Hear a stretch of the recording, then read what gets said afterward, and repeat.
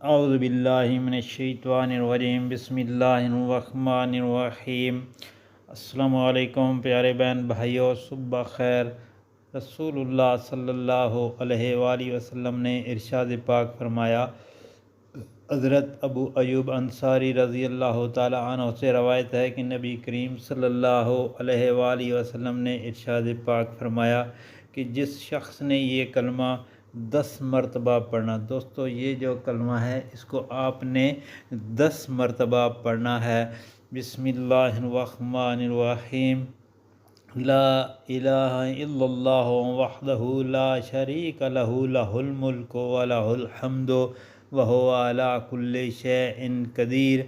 اور اس کا ترجمہ ہے، اللہ کے علاوہ کوئی عبادت کے لائق نہیں، وہ اکیلا ہے، اس کا کوئی شریک نہیں، اس کی بادشاہی ہے اور اسی کے لیے تعریف، اور وہ ہر چیز پر قادر ہے۔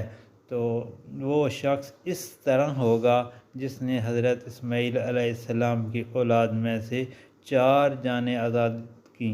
دوستو یہ بخاری اور مسلم شریف کی حدیث شریف ہے۔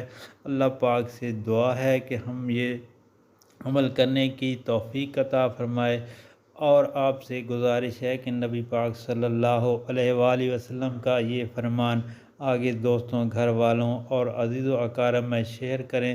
اللہ پاک آپ پر رحم فرمائے گا، آمین۔